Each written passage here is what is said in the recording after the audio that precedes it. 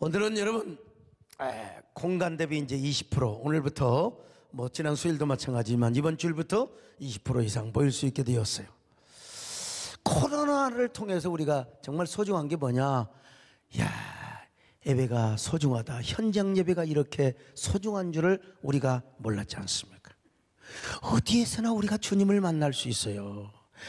어디든지 주님은 계시긴 계십니다. 그러나 현장 예배 와서 만난 주님, 그 현장 예배에서 받은 그 은혜는 이 다른 곳에서 만난 주님 동일하기는 하지만 우리가 느끼는 게 달라요. 어디서나 우리가 예배드려 가정에서도 예배드릴 수 있고 다 드릴 수 있지만 그러나 예배당에 와서 하나님의 거룩한 전 앞에 와서 예배를 드리는 그 느낌, 똑같은 주님이지만 정말 이 현장 예배를 통해서 만난 주님이 얼마나 소중한가를 우리가 다시 깨닫게 됩니다. 여러분, 그런 사람은 영에 속한 사람이에요. 영에 속한 사람. 영에 속한 사람은 주님 앞에 나와서 예배드리는 게 얼마나 소중하. 근데 반면에 반대의 사람이 있는데 아이고 핑계 줬고 떡 싸먹는 사람이 교회 안 나가니까 정말 좋다. 정말 교회 안 나가니까 정말 좋네. 온라인 예배가 이렇게 편한지를 모르겠어. 그냥 앞으로도 계속해서 가상교회가 이루어지면 얼마나 좋을까. 이런 사람 뭐요? 육에 속한 사람. 육에 속한 사람. 여러분, 주님 오시는 그날까지 여러분은 영에 속한 사람이 되시기를 축원합니다. 언제나 예배를 사모하시기를 바랍니다. 주님 은혜를 사모하시기를 축원합니다.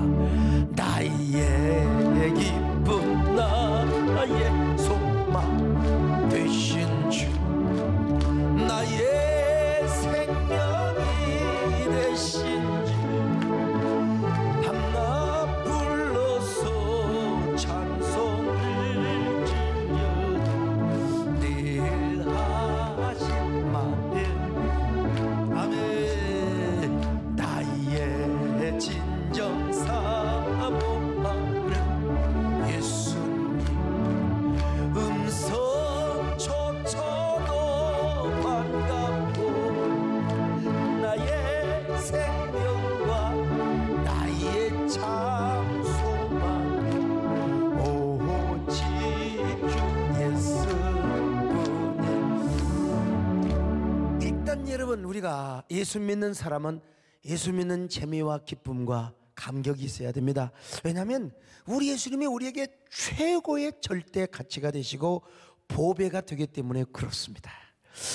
그러나 예수를 믿으면서 전혀 감격이 없고 기쁨이 없고 재미가 없는 사람, 참 이 세상에서 가장 불쌍한 사람이죠. 그렇잖아요? 보석이 있는데 보석인 줄을 몰라. 진주 덩어리가 있고 보화 덩어리가 있는데 이게 뭘 모르고 그냥 버려버렸어요. 그 옛날 제가 그랬다고 했잖아요. 냉장고에다가 세상에 그 귀한 사양홍담 냉장고에다가 비닐봉지에 잘 싸놨는데 우리 권사님들이 와가지고 냄새가 쾌쾌하고 썩은 냄새 나니까 그걸 갖다가 쓰레기통에 버려. 내가 그때 그 어쩔 겁니까? 또 내가 뭐라고 물어내라고 하겠어요. 근데 참 불쌍한, 모르니까. 예수를 믿으면서 예수님이 보아인 줄을 모르는 사람은 얼마나 불쌍한 인생입니까? 그러니까 이런 사람은 도대체요, 교회 나와도 교회 나오나 온라인 예배를 드리나 전혀 구분이 없는 사람입니다. 예수를 믿어도 감격이 없고 예배를 드려도 봉사를 해도 재미가 없어요. 이유는 딱 하나냐? 이유는 딱 하나인데 뭐냐면 그건 은혜가 없으니까 그래. 은혜. 여러분, 은혜가 넘치는 사람은 신앙생활이 재미있습니다. 기쁨이 넘칩니다. 그리고 봉사가 쉬워요. 봉사하는 게 왜 이렇게 쉽고 재미가 있고 그리고 그냥 얼마나 즐거운지 알 수가 없습니다. 행복해요. 신앙생활 자체가, 교회생활 자체가. 그리고 내 속에서 막 단물 나는 샘이 넘칩니다. 그러나 은혜가 없는 성도는 신앙생활이 참 힘들어요. 기쁨도 없고 재미도 없어요. 그러니까 맨날 불평불만이요. 아니 왜 그렇게 불평이 많은 사람은요, 이건 중직자도 은혜 떨어지면 누가 신방을 가랬어 뭐 했어요. 괜히 찾아가서 차 한잔 마시자고 하면서 그 사람 병들게 하는 사람, 나 정말 웃기는 사람들 가끔 봅니다. 그런 걸 보면서 저건 진짜 사명감에 충만한 사람이야. 마귀가 사명감을 줘가지고 너만 병들기 너무 억울하잖아. 가서 딴 사람도 병들게 해. 근데 그냥 내 몸이 힘들고 무겁고 그런데도 불구하고 가서 전도하고 양육하고 이러면 그게요, 그런데도 재미가 있고 보람이 있어요. 이유가 딱 하나 있어요. 은혜가 넘치기 때문에 그래요. 은혜가 없으면 맨날 불평 불만밖에 없습니다. 이런 사람은 뭐요? 성경에서 애찬의 암초라고 이야기하고 있습니다. 유다서 1장 12절을 같이 보실까요? 시작. 그들은 기탄 없이 너희와 함께 먹으니 너희의 애찬의 암초여, 자기 몸만 기르는 목자여, 바람에 불려가는 물 없는 구름이여, 죽고 또 죽어 뿌리까지 뽑힌 열매 없는 가을 나무여. 자, 여기 보세요. 너희의 애찬의 암초요. 애찬의 암초. 이런 사람은 교회 와서 맨날 뭔만 하고 다니느냐면 돌만 캐고 다녀. 돌만 캐고 다녀. 교회 와서 다이아몬드, 진주, 보석을 캐야지요. 우리의 보화 되시는 예수님을 발견해야지요. 그 애찬의 암초는 맨날 돌 씹는 사람이나 밥 먹다가 돌 씹어요. 돌 씹어갖고 싸우죠. 싸워. 돌도 한두 번 해야지. 계속 씹어봐요. 아무리 부부 사이 좋아도 교회 와가지고 여러분 은혜를 받아야죠. 교회 와가지고 여러분 은혜와 기쁨이 넘쳐야죠. 근데 맨날 뭐가 또 싸울 거리가 없나? 누구 좀 시비 걸 사람 없나? 누구 트집 잡을 사람 없나? 그래서 여러분 은혜가 떨어지니까 교회가 쌈박질이 나고 분열을 하고 깨지는 것이죠. 여러분 우리 속에는 언제나 하나님의 은혜가 가득할 수 있기를 축원합니다.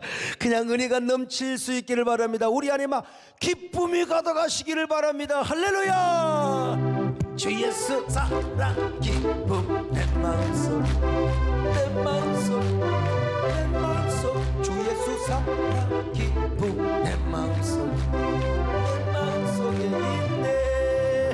나는 기뻐요 정말 기뻐요 주 예수 사랑 기쁨 내 마음에. 나는 기뻐요 정말 기뻐요 주 예수 사랑.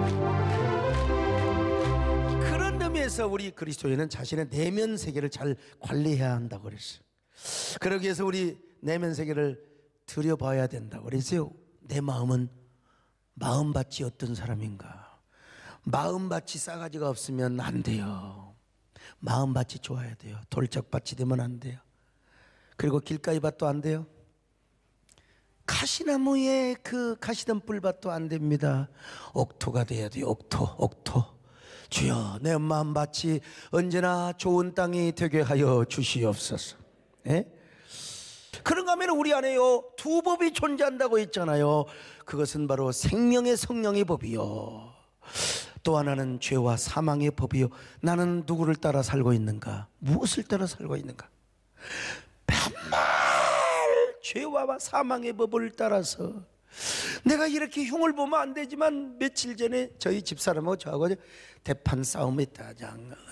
어젠가죠. 아니 신방을 갔다 왔더니 왜 내 방을 다 치워놔가지고 중요한 거 지금까지 찾고 있어요. 지금 못 찾아요. 근데 우리 집사람은 괜히 핑계대는 거예요. 그냥 이재훈 전사님이 내 방 들어 이제 권영 원장님 들어가지고 얼마나 흉을 보겠느냐. 그거는 당신 흉 안 봐. 내가 내 스타일로 살아가니까 제발 좀 방 좀 치우지 말라. 나 이거 다 앞으로 한 번 치우면 나 이제 심장 터져 죽는다. 여러분 언제 제 방 사진 좀 안 보여드릴게요. 저는 자다가도 깨어서 뭐 하면 딱 메모하고 이렇게 지저분해요. 그냥 내 스타일이야. 어쩔 수가 없어. 근데 그 방 이걸 다 치워버렸어요. 근데 우리 집사람 뭐라고 하냐면 생각해서 그랬다는 거예요. 생각해서. 자기 쪽팔리고 말이야. 권장님 들어와가지고 맨날 얼마나 욕을 하겠느냐. 그건 지 생각이요. 자기 기준이야. 그러니까 보세요. 나는 이렇게 제가 해놓은 설교 자료들 준비한 것들 전부 다 치워버렸으니 이래도 여러분이 우리 마누라 편들겠습니까? 또 이따 나가면서 사모님 저희들이 있잖아요. 이게 누구냐면 저의 원수입니다. 원수. 우리 집사람이 어제 원수였는데 자기는 자기 깐에 나를 사랑하고 나를 생각했어. 뭔지라고 그러니까 한다고 했지만 결국은 보여. 바로 나의 원수요. 원수는 너희 집구석에 있느니라 성경에서 그랬잖아요. 열 터져가지고 내가 열 터져가지고 내일 철학이던데 이게 내가 잠을 못 자면 오늘 어떡하느냐고 말이요. 정말 하나님 막 밤 1시가 되고 2시가 되는데 집사람 미워가지고 욕이 나오는데 그것도 참아야 되잖아.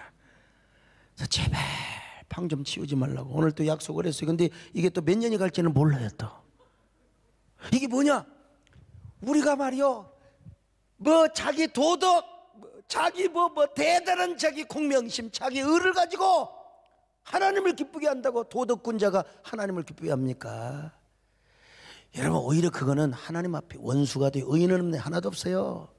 우리 집사람이 나한테 잘한다고 방을 치웠지. 근데 지금까지도 분이 안 풀렸다니까요. 왜 치워? 왜? 내가 우리 미애한테도 분명히 얘기했습니다. 너는 절대로 앞으로 내 방 치우면 내가 네 얼굴 안 본다. 우리 비서들도요, 아유 우리 집사람은 뭐 내가 무섭지를 않아요. 비서들 야 내 방 치우지 말라고 했더니 그래도 사모님이 내가 총대 맨다고 치우라고 한들 어떡하냐. 야 이놈들아, 그러면 너 사모님 비서해라 이놈들아. 이게 뭔 줄 아세요? 우리가 신앙생활하면서 생명의 성령의 법을 따라서 하나님이 기뻐하는 걸 해야지요. 내가 잘하려고 내 의와 공명심, 내 도덕성을 갖고 내 기준에 맞춰서 하나님을 기쁘게 하시는 이런 거 없어요. 여러분, 언제나 죄와 사망의 법을 따르지 마시고 생명의 성령의 법을 따르시기를 축원합니다. 그 다음에 이제 오늘 세 번째로 우리 마음을 관리하고 들여다봐야 될 것이 있는데, 우리 마음이 황폐한 사막인가 아니면 물된 동산인가. 보이지는 않지만 우리 내면이 저 메말른 불안포기, 그리고 나무와 한 그루 살 수 없는 광야 같은 마음일 수 있어요. 그러나 뭡니까?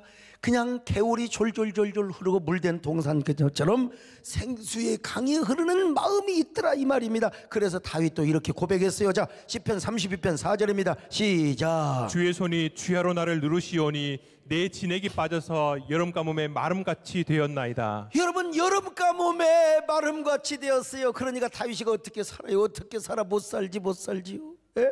여름 가뭄에 막 땅이 쫙 갈라진 모습을 본 적이 있습니까? 가뭄이 오면 막 댐도 말라버려. 요즘은 이제 길이 뚫렸는데 옛날에 소양강으로 가는 저기 오색 그리냐드 가고 뭐 속초 가려면 옛날 그 소양강 길로 막 그냥 굽이굽이 갈라지는 그 길이 있어요. 그게 가뭄이 오면 소양강 댐의 상류도 말라가지고 이제 쫙쫙 벌어지는 것을 봅니다.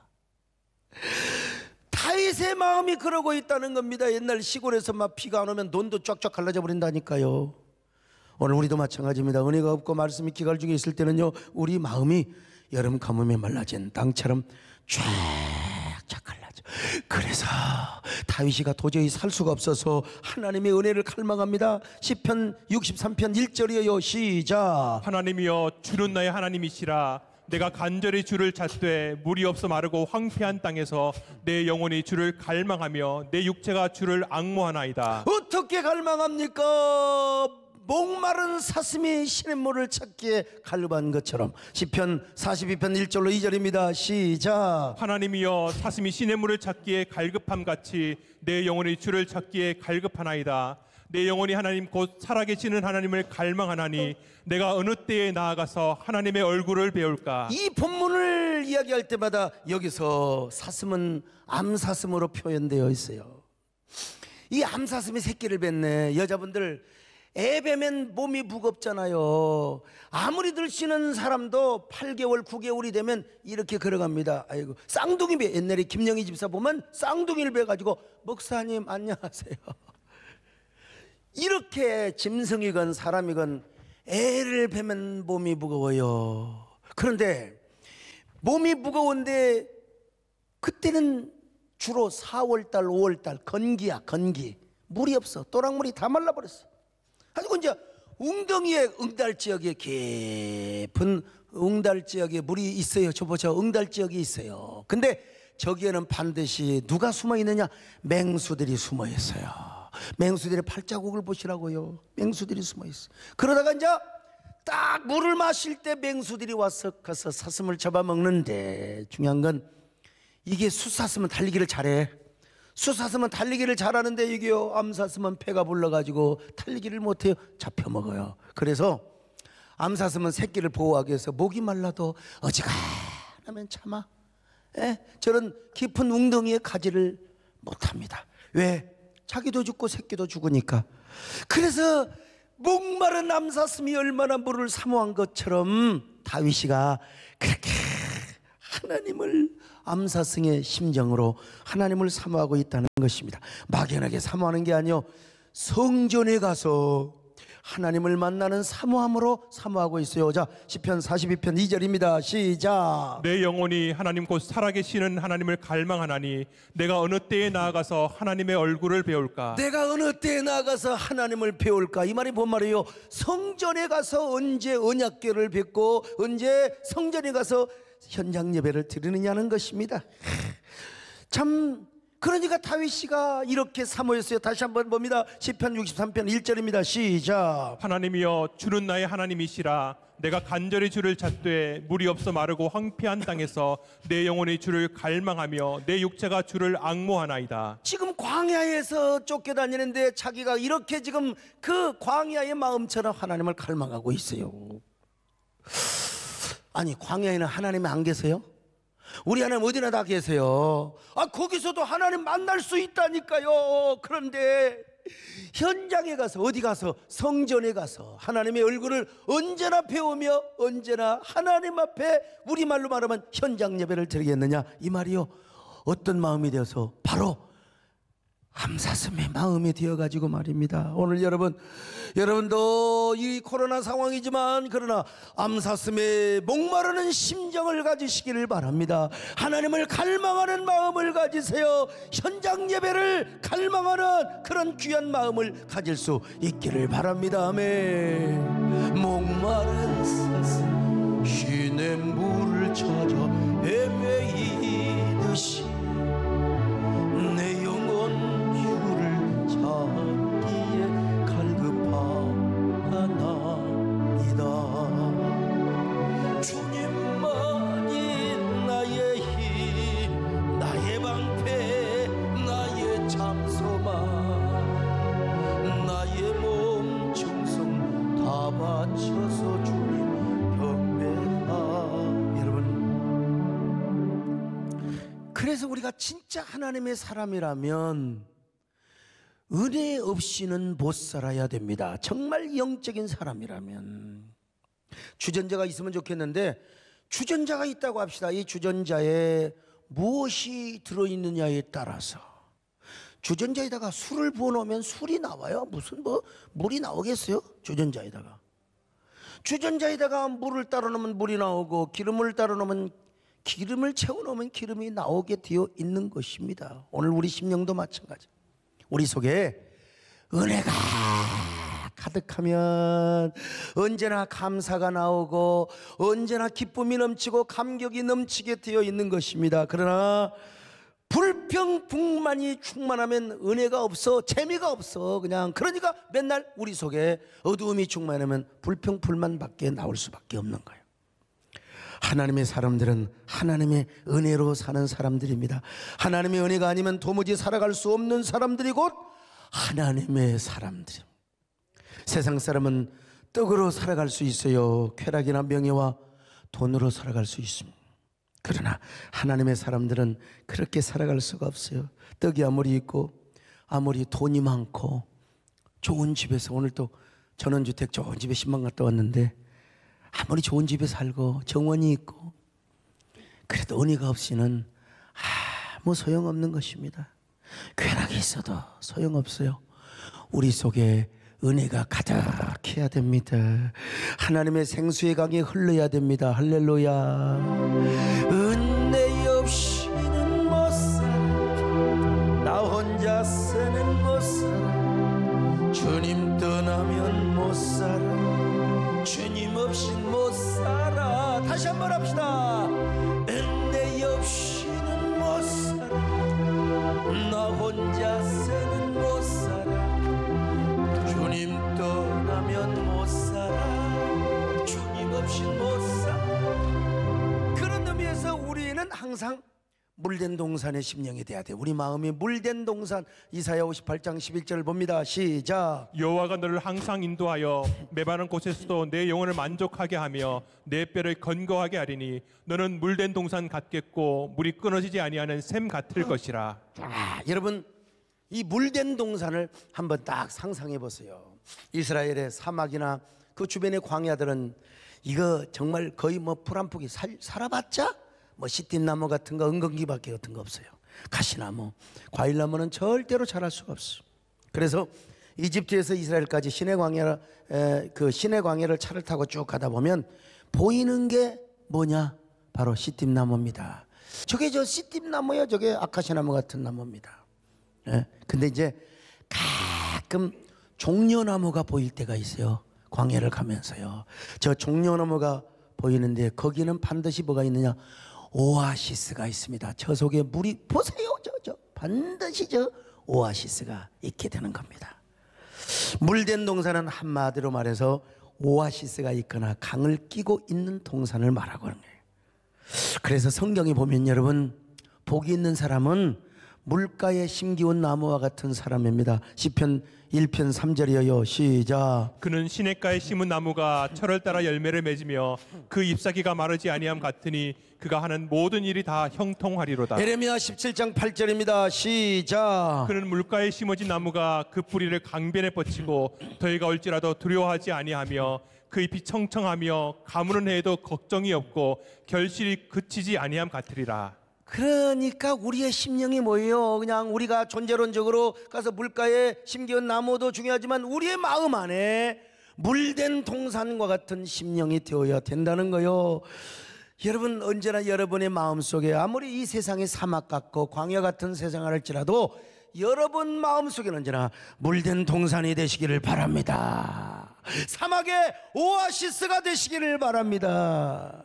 그런데 오늘 성경에 보니까, 오늘 본문을 보니까 우리 안에 오아시스를 넘어서 생수의 강이 흘러넘치게 될 것을 말씀하고 있어요. 자, 오늘 37절로 38절 봅니다. 시작. 누구든지 목마르거든 내게로 와서 마시라. 나를 믿는 자는 성경의 이름과 같이 그 배에서 생수의 강이 흘러나오리라. 생수의 강이 우리 안에서 막 생수의 강이 막 흘러야 된다는 거예요. 생명강이 창일하게, 도도하게, 도저하게 흐르게 된다는 거예요. 그러기 위해서 우리가 먼저 해야 될 일이 뭐냐? 바로 영적인 목마름을 느껴야 된다는 것이죠. 누구든지 목마르거든 내게로 와서 마시라.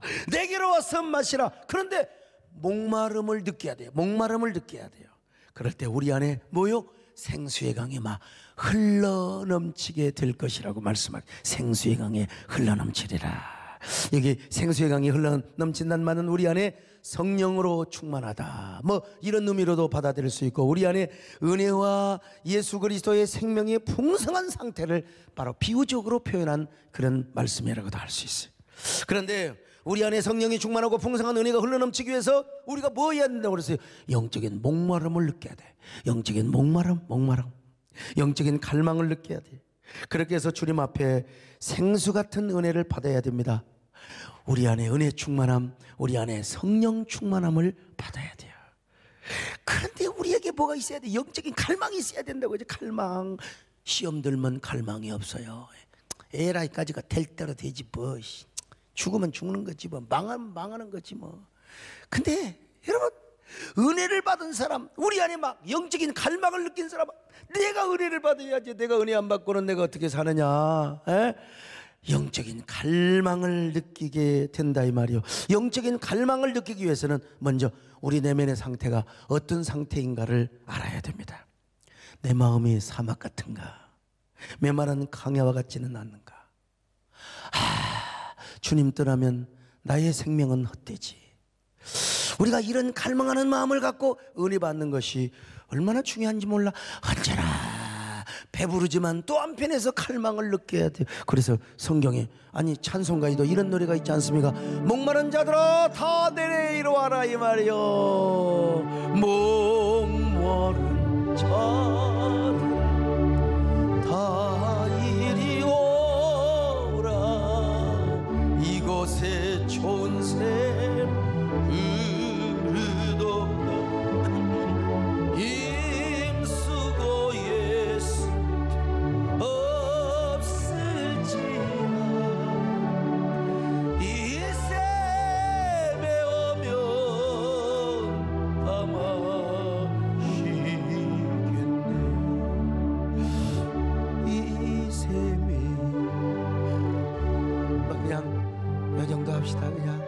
싶은데 제가 백암교회 시절 차인벨을 옛날에 켰잖아요. 차인벨 기억하시죠? 차인벨. 그때 이제 이 노래가 또 나오는 거예요. 가령 뭐 성령이여 강림하사, 그 다음에 돌아와 이런 건 치고, 그 다음에 또 이제 하면은요, 목마른 자들아 다 이리 와라, 이게 이제 차인벨로 쫙 쳐져요. 제가 이 찬송을 틀어놓고 한 절반만 올려도 돼요. 한 5나 6이나 올리면 되는데 그냥 10을 틀어놔버려 그냥. 그래서 주일 나지만 그러다가 이제 다음 대 해가지고 이제 새벽에도 막 그냥 틀어버려요. 그러니까 예수 안 믿는 사람들, 이 마구니 속에서 사는 사람들이 얼마나 열받겠어요. 그러니까 그때는 뭐 전화가 있습니까? 전화도 없지요. 일어나가지고 이제 잠 깨면 진짜 얼마나 성질나겠어요. 그러니까 이 전도사 이 뭔 새끼야 해도 나한테 들리지가 않아. 전화도 없어. 근데 이제 뭐 이제 아침에 와가지고 말이야, 차인벨 소리 좀 작게 치라고. 그래도 내 마음속으로 이 사탄은 물러가라. 그리고 또 켜고. 그래서 무릎 꿇고 기도하는 거예요. 주여, 저 불쌍한 영혼들을 구원하여 주옵소서. 불쌍한 저 영혼들을 구원하여줘. 오늘 또 내가 어쩔 수 없이 아무튼간에 어디를 갔더니 그 어른이 또 농담상 그러더라고. 이 마구니 속을까지 목사님이 찾아오셔서 참 대단하시다고. 내가 그랬죠. 불쌍한 짐승들을 구원하기 위해서 내가 어디든지 못 찾아오리까. 불쌍한 짐승을 구원하기 위해서 뭘 어디를 못 간단 말입니까 여러분. 그래서 그때 주야, 백암리 주민들이 목마른 자들이 되어서 주님을 갈망하고 돌아오게 하여 주옵소서. 그때가 엊그제 같은데 벌써 제가 이게 중견 목회자가 되고, 이제 또 저 7, 8년, 8, 9년 있으면 또 은퇴 준비한다고. 야, 참 세월이 빠릅니다. 세월이 빨라요. 그러나 지금도 저는 그런 마음을 갖고 살아갑니다. 하나님, 저는 주님이 없이는 살아갈 수가 없어요. 오늘도 내 마음은 광야 같습니다.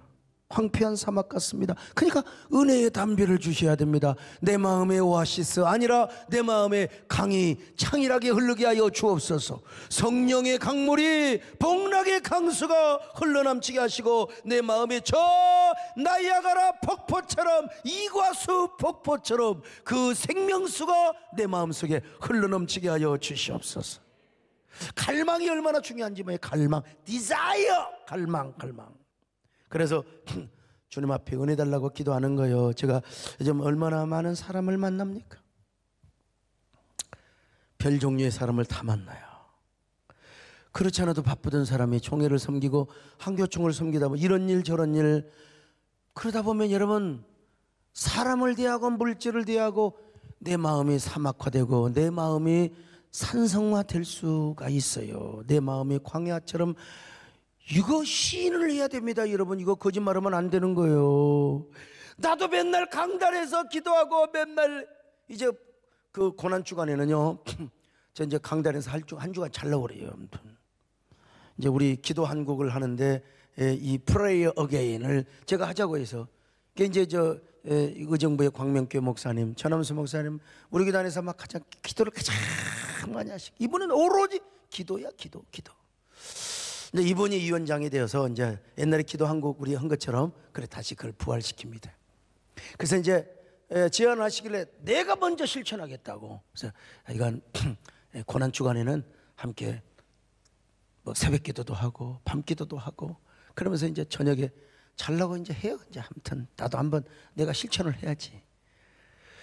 그런데 이 기도가 이렇게 중요하고 하는데 맨날 강단에서 기도만 하고 서재에서 설교 준비하면 내가 천국이지 천국.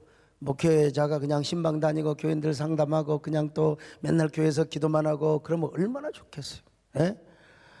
그런데도 저는 사람들을 만나야 돼요.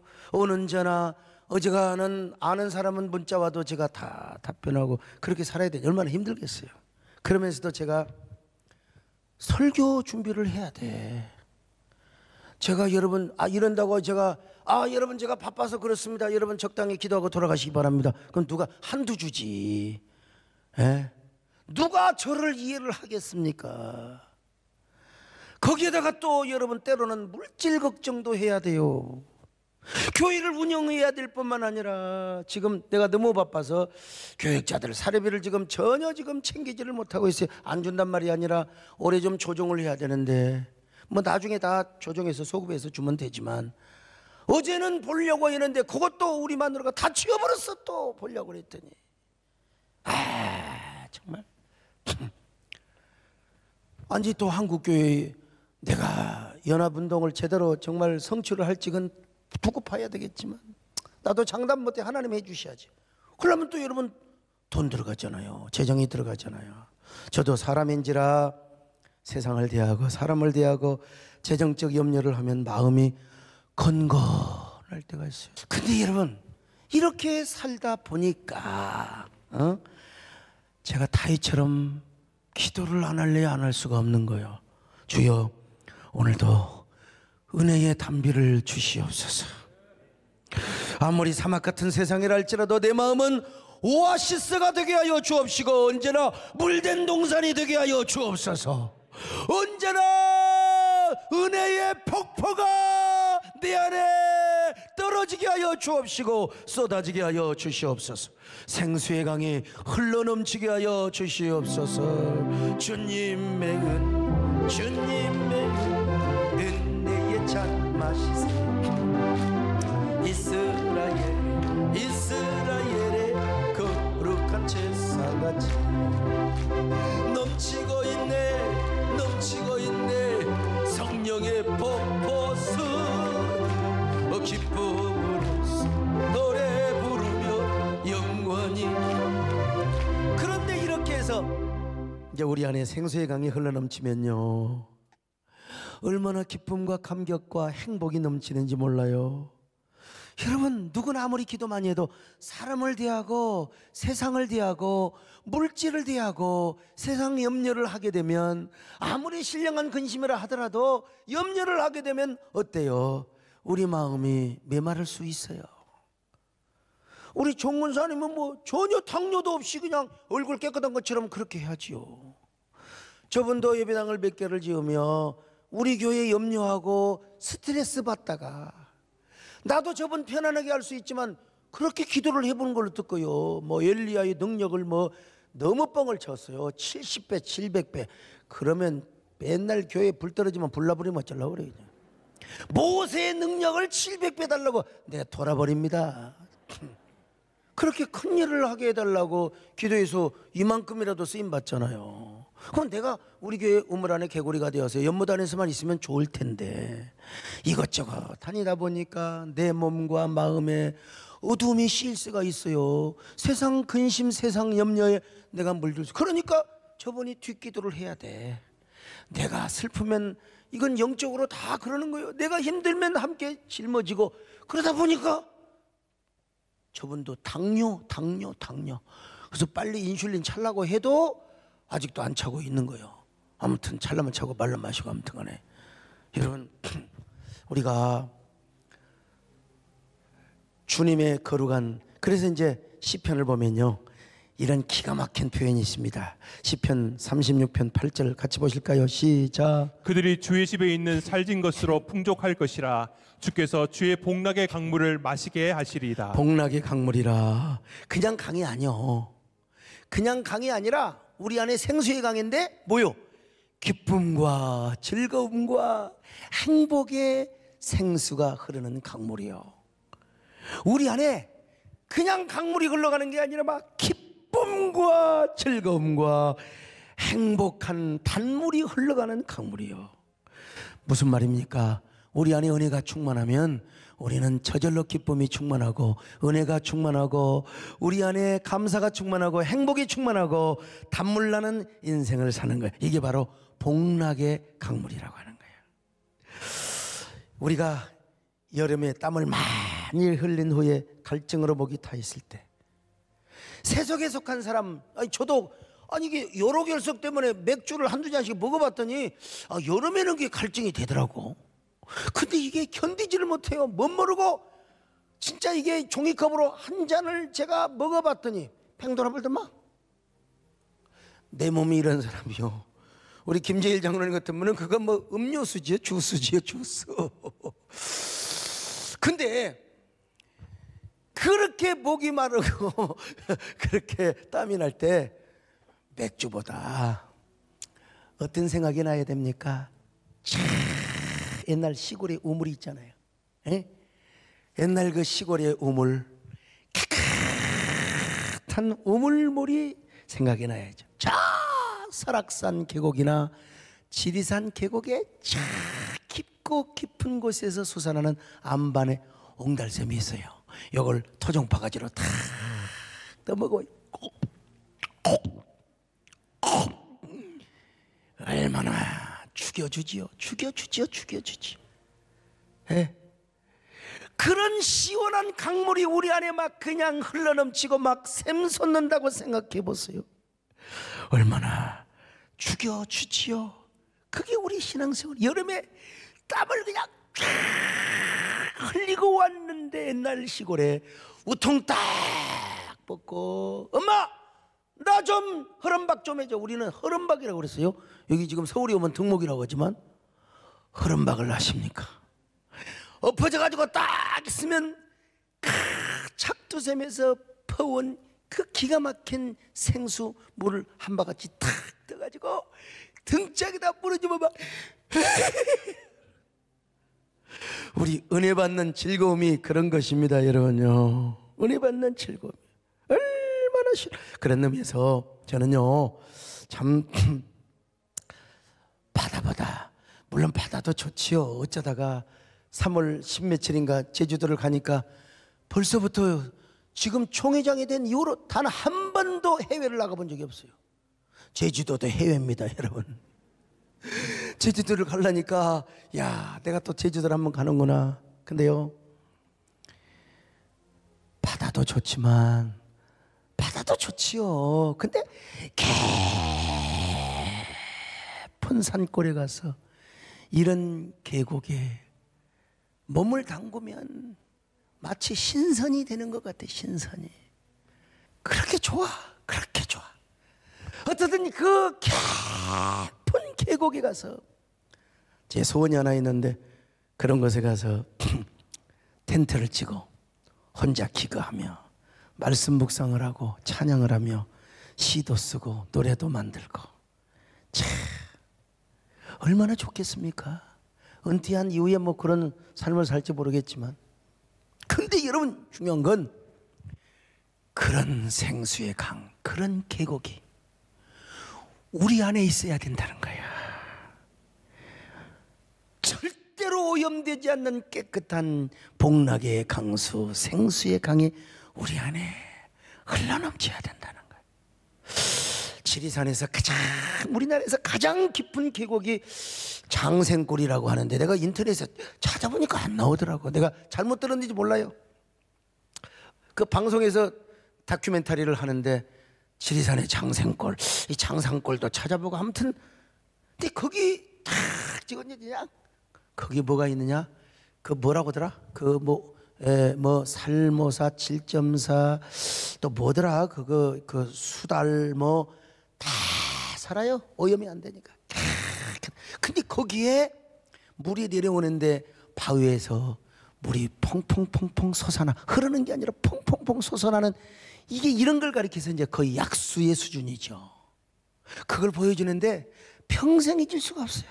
그래서 이번에 설교 준비하면서 찾아보니까 장생골이 아니야, 안 나와 있어요. 그럼 내가 잘못 들었나? 아무튼 간에 그런 계곡이 있어요. 물이 그냥 펑펑펑펑펑펑 솟아나요. 그 솟아나는 샘물을 떠서 마셔봐요. 얼마나 죽여져요. 그런데 우리 안에 예수 그리스도를 믿고 성령을 의지하며 성령의 샘물을 마시면, 여러분 우리 안에 이러한 샘솟듯한 기쁨과 은혜가 충만할 것이라고 말씀하고 있어요. 자, 요한복음 4장 13절로 14절 봅니다. 시작. 예수께서 대답하여 이르시되 이 물을 마시는 자마다 다시 목마르려니와 내가 주는 물을 마시는 자는 영원히 목마르지 아니하리니 내가 주는 물은 그 속에서 영생하도록 솟아나는 샘물이 되리라. 샘물이 되리라. 근데 이게 샘물만 되는 게 아니라 이 샘물이 뭐요? 창이란 강이 된다는 거요. 자, 요한복음 7장 38절 같이 봅니다. 시작. 나를 믿는 자는 성경의 이름과 같이 그 배에서 생수의 강이 흘러나오리라 그 하시니 배에서 생수의 강이 흘러나리라. 오늘 이 밤에도 여러분 가슴속에 대면에 생수의 강이 막 흘러넘치시기를 축원합니다. 근데 여러분, 우리 안에서만 이렇게 흘러가느냐? 이 성경에 보니까 또 기가 막힌 표현이 있습니다. 그 기가 막힌 표현 한번 볼까요? 아예 주의 거룩한 은혜와 파도와 물결이 막 쓰나미처럼 우리를 몰아가서 우리를 그냥 아예 휩쓸어 버린다는 겁니다. 휩쓸어 버려. 자, 시편 42편 7절 시작. 주의 폭포 소리에 깊은 바다가 서로 부르며 주의 모든 파도와 물결이 나를 휩쓸었나이다. 주의 파도와 물결이 나를 휩쓸어 버렸어요. 지금 다윗은 아마 도망을 다니면서 어느 폭포 앞에, 작은 폭포 앞에 있어요. 그런데 과거에 하나님께서 자신에게 폭포가 아니라 그 은혜와 파도의 물결이 막 그를 막 휩쓸어버린 때가 있었던 것 같아요. 지금 상상 속에서 하나님의 은혜와 파도의 물결이, 은혜의 파도의 물결과 그 파도가 말이요 쓰나미의 파도가 되어서 지금 사도 바울을 덮어버릴 것을 상상하고 있는 것입니다. 여러분, 쓰나미의 영상을 보셨습니까? 일본의 쓰나미가 몰려들고 태국의 쓰나미가 몰려드는 영상 잠시 보여줄 수 없나요? 아이고, 저게 여러분 저 보아요, 저 뭐 배도 타, 뭐 봐요, 봐. 저 완전히 자동차고 뭐가 이거 사실은요, 뭐 저 쓰나미가 제대로 오면 이제 모든 도시를 다 덮어버리고 맙니다. 저 집도 좀 다 덮어버리지 않습니까? 예? 여러분, 그런 것처럼 하나님의 은혜의 해일이, 하나님의 은혜의 파도가 우리를 휩쓸어 버리면 우리의 존재 자체가 없습니다. 에? 저 망망대해에다가 콜라병 하나 던져놔도 무슨 콜라병의 존재가 있겠어요? 파도에 다 휩쓸려 버리지. 여러분, 우리 하나님의 은혜의 파도가, 물결이 우리를 해일처럼 쓰나미처럼 덮어버리면, 휩쓸어버리면, 옛날 성경에는 엄모라도 소이다 그랬어요. 그렇다면 오늘 우리는 여러분 예수님의 은혜에 미쳐버려요. 홀리게 되어버려요. 중독이 되어버립니다. 이런 사람이 어떻게 하나님의 은혜 앞에 계산이 있을 수 있겠습니까? 이해타산이 있을 수 있겠습니까? 무조건 주님 앞에 순종이고 헌신이고 희생입니다. 그것도 모자라면은 우리의 생명까지 드리는 순교도 할 수가 있는 것입니다. 우리가 늘 이럴 수는 없지요. 늘 그러면 얼마나 좋겠어. 그러나 이따금씩 우리가 이런 은혜를 경험해야 됩니다. 하나님 앞에 반항하는 마음이 생기고 불평하는 마음이 생기고 불순종하는 마음이 생길 때쯤이야 하나님의 은혜가 해일처럼, 하나님의 파도가 쓰나미처럼 우리를 덮어버려야 돼요. 오늘 이 코로나 상황 속에서 하나님의 은혜가 우리에게 이렇게 임하게 하여 주시옵소서.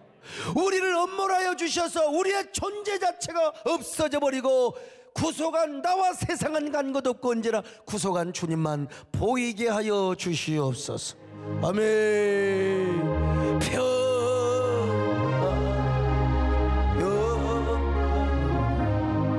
하늘 위에서 내려오네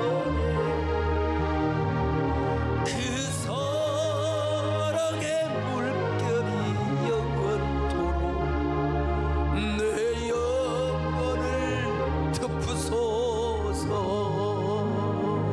근데 정반대로 우리 마음이 황폐하고 내면이 너무나 사막화되어 있어요.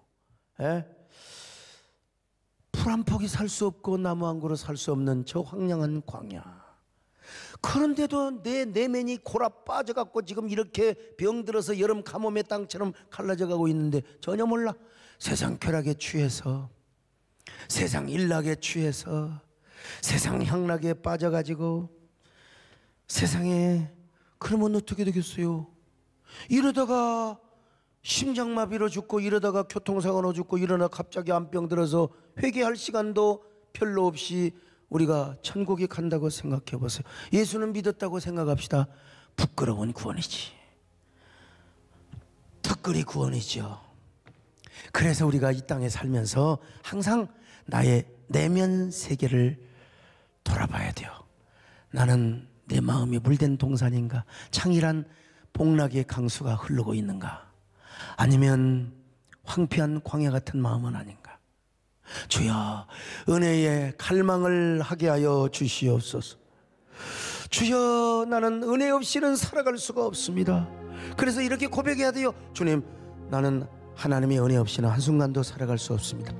성령님의 부축 없이는 살아갈 수 없습니다. 주님, 은혜를 주옵소서. 내 마음이 오늘 이 시간 물된 동산이 되게 하여 주옵시고 생수의 강이 철철 흘러 넘치게 하옵소서.